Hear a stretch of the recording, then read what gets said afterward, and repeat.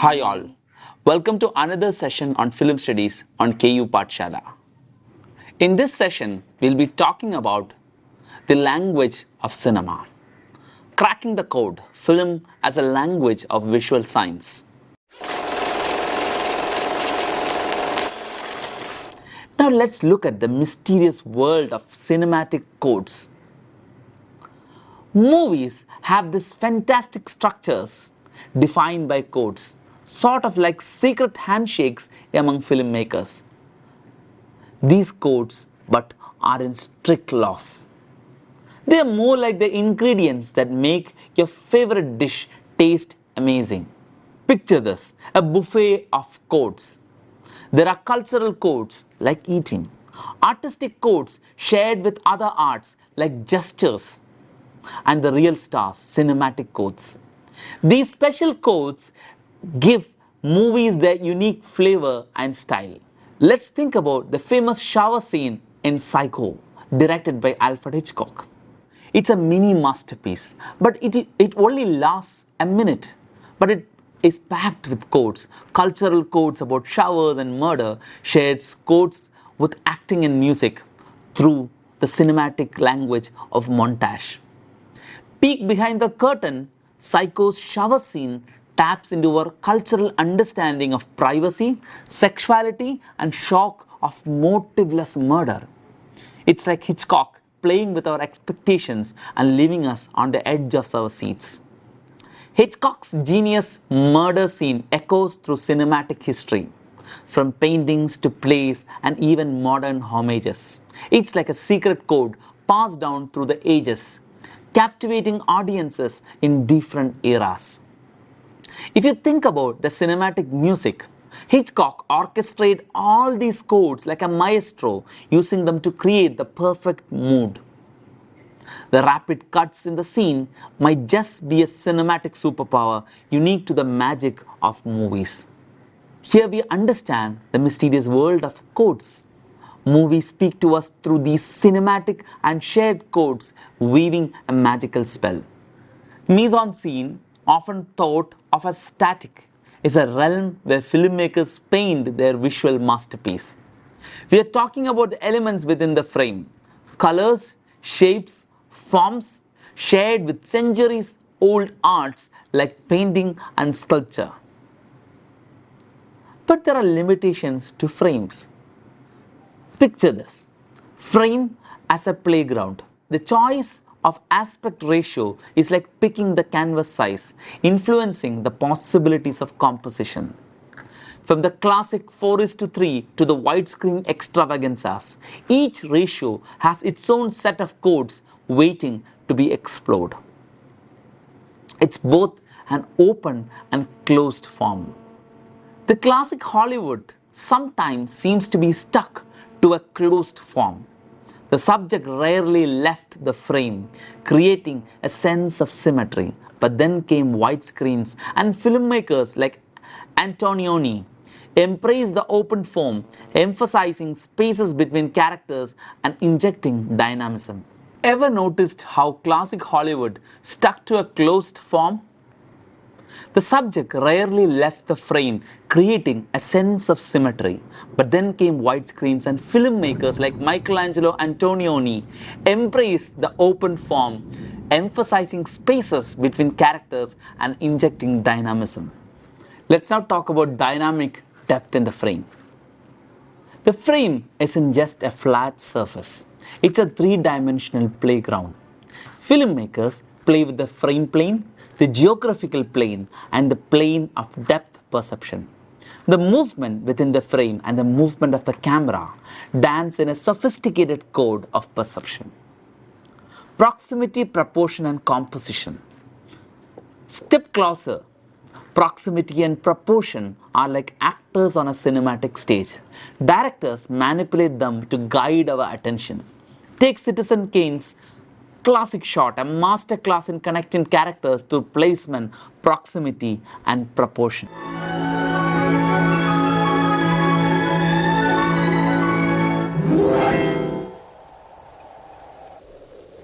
Come on, boys! We're Union Front! Be careful, Charles. Okay. Pull your muffler around your neck, Charles. Jane, I think we shall have to tell him now. Yes. I'll sign those papers now, Mr. Thatcher. You people seem to forget that I'm the boy's father. It's going to be done. Reading the frame before it speaks. Before the first image appears, the frame isn't empty. It's filled with meaning. Our minds invest potential space with qualities, creating a prelude to the visual symphony. Lines, angles, and even the empty frame itself hold latent expectations, shaping our perception even before the story unfolds. Hitchcock, the maestro, opens Marnie with a yellow pocketbook that subtly foretells a narrative of kleptomania. Color, my friends, adds an entirely new dimension to this visual storytelling tapestry. Now let's talk about the dance of color. Picture this. Marnie's world bathed in neutral tones with one exception. The vibrant yellow pocketbook. It's not just accessory, it's a silent storyteller, carrying not just belongings, but the weight of Hitchcock's narrative intentions. Before we even know the plot, we sense it. It's a testament to the power of color symbolism. Form, line, and color. The elements of form, line, and color, they aren't just pixels on a screen. They carry intrinsic weights, significant values that play a dynamic symphony against our latent expectations of the frame. Each frame becomes a canvas where these elements counteract, reinforce, and balance, creating a visual melody that resonates with our senses. Multiplying meanings with imagery. You would have heard about split screens and superimpositions. While not being a daily tool for filmmakers, they have the power to multiply intrinsic weights, adding layers to the visual storytelling. Texture, often overlooked, also contributes in the frame, influencing how we perceive truth and authenticity. Lighting. In the early days, artificial lighting was a necessity, birthing the chiaroscuro drama of German expressionists.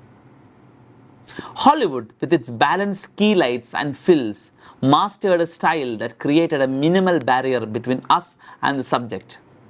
Today, film stokes offer cinematographers new freedom, pushing them to seek verisimilitude. Lighting is not mere any spotlight. It is a partner in the storytelling journey. Full front lighting washes out, overhead lighting dominates, and backlighting can either command attention or tenderly highlight. Each choice is a brush stroke on the cinematic canvas, shaping the narrative landscape. So color isn't just a visual treat. It's a silent language of emotion, moods, and narratives.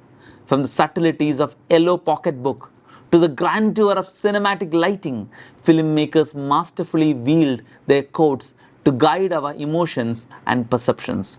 Distance, focus, angle, movement, and point of view are also partners. By understanding this, we unravel the magic behind shot composition. Let's start with the shot distance, the simple yet powerful variable that dictates our visual experience. From the full shot to the extreme long shot, filmmakers navigate a spectrum of distances, each offering a unique perspective.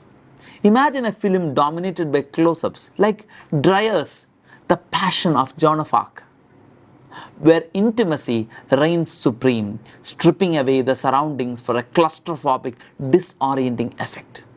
Conversely, in films like Rossellini's historical essays, shot mainly in long shots, the emphasis shifts to the context, highlighting the broader narrative canvas, focus, angle, and movement.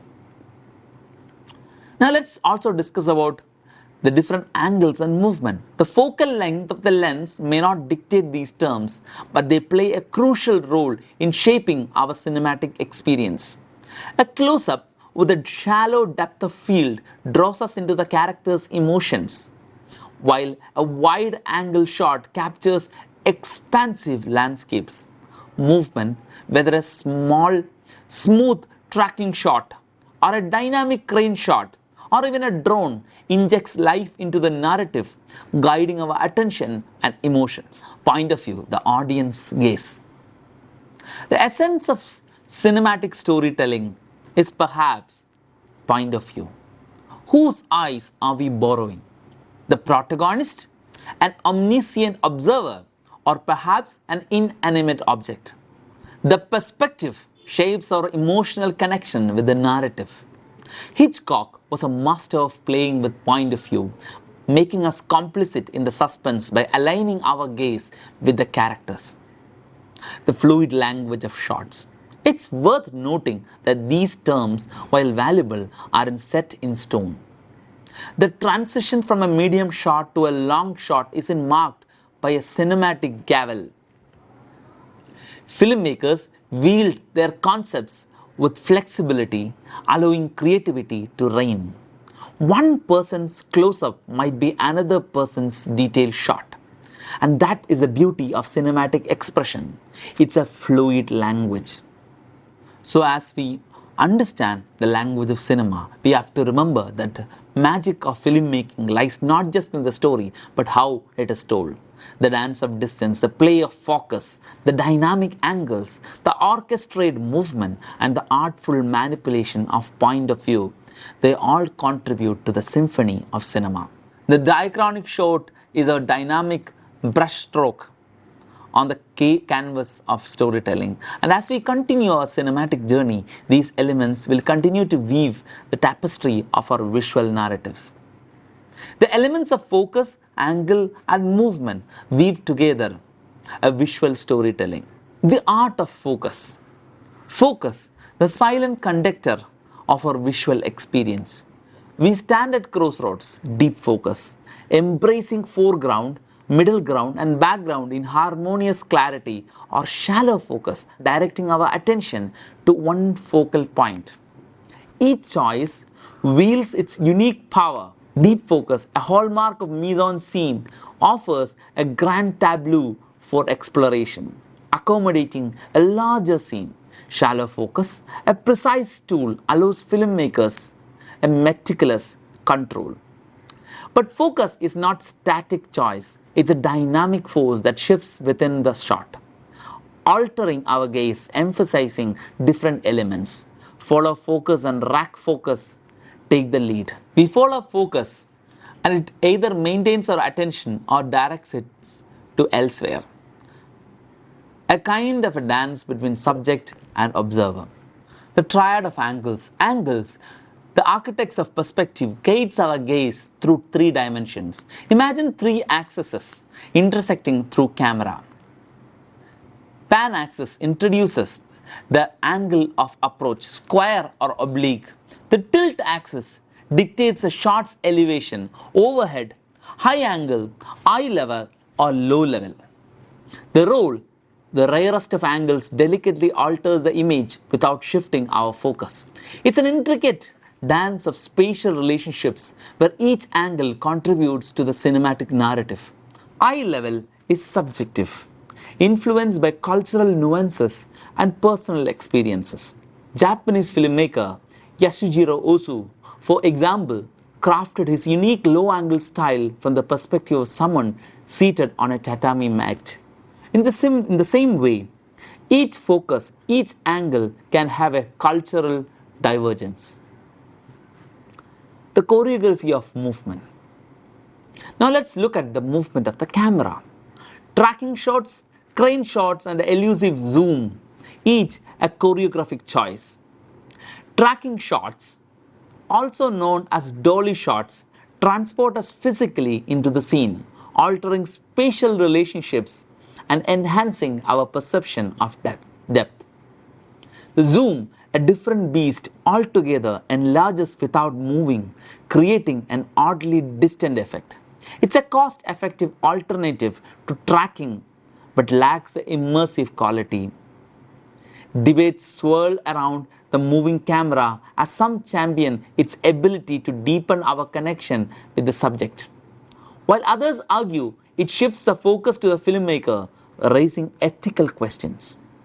Yet, the moving camera can be a harmonious dance between subject and filmmaker, a synthesis that transcends its parts. Let's pay homage to the maestros of moving camera: F.W. Murnau, Max Ophuls, Stanley Kubrick, Michael Snow.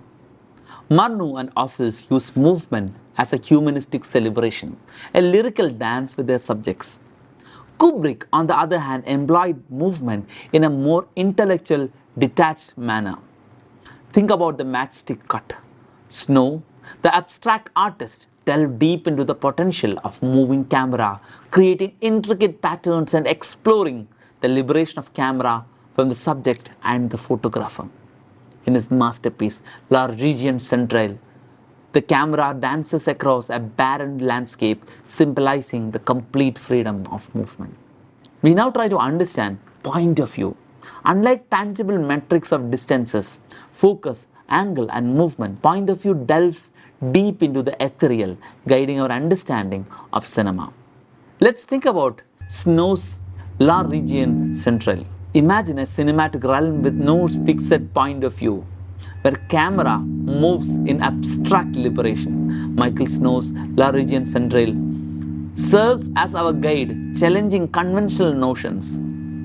In this visual symphony, the absence of distinct point of view beckons us to consider film as a global yet abstract entity. The images become pure movement, transcending the boundaries of subjectivity and inviting us into a cinematic experience without a tethered perspective. The enigma of subjective point of view. The exploration of point of view in film unveils ethical nuances, a delicate movement between filmmaker, subject, artwork, and audience. Unlike prose, where first-person narrator can seamlessly convey subjective experiences, cinema faces challenge. The visual nature of film exposes the audience to both narrative and visual truth simultaneously. Hitchcock's stage fright and infamous Lie Within a Flashback exemplify the complex relationship between on-screen imagery and audience perception. The screen image, it seems, carries an irrefutable aura of validity. By the 1940s, Hollywood had crafted a well-defined idioms of point of view. The establishing shot, a long shot, efficiently communicated time, place, and essential information. Alfred Hitchcock's mastery in Rear Window showcased the power of an opening pan and track and condensing paragraphs of narrative into cinematic seconds. The Hollywood dialogue style, marked by an intimate shot, counter-shot technique, enveloped the audience in the ultimate omniscient perspective. Every glance, every spoken word effortlessly guided by the director's hand. The third-person narrative, or the third-person perspective. As cinematic techniques evolved, a modern approach emerged, emphasizing the camera's individuality. Michelangelo Antonioni's work highlighted scenes void of characters, emphasizing environment over action. The third-person point of view grants the camera its own distinct personality, detached from characters. The point of view shot found its place in both omniscient styles, Hollywood and modern, serving as a tool to enhance character perspectives, often strengthened by the accompanying soundtrack narration. The silent black canvas. Jean-Luc Godard, a trailblazer in experimental cinema, challenged the descriptive nature of the film image.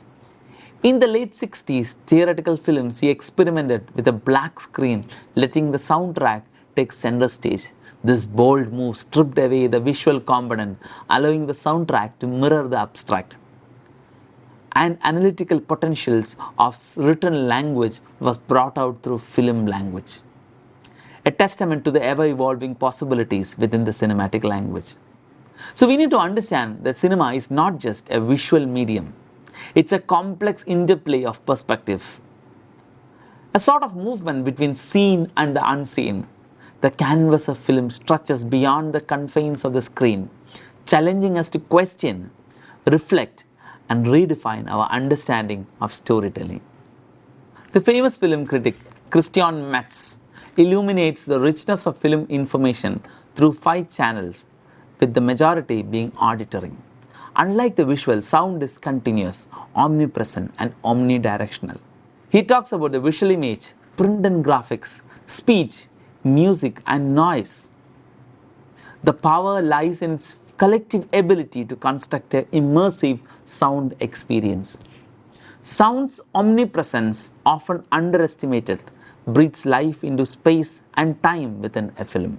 The reverberation, harmonics, and unique qualities of location creates its distinctive room tone. While images capture attention, sound seamlessly constructs a background continuity with noise or sound effects, being the orchestrator of cinematic environment. Let's also try to understand sound effects. In the realm of cinema, these elements are known as environmental sound, contributing to the overall atmosphere and emotion. The evolution from physical production limitations to the expansive possibilities of synthesizers and digitized sound showcases the transformative power of sound in cinema. We also need to understand the evolution of film music.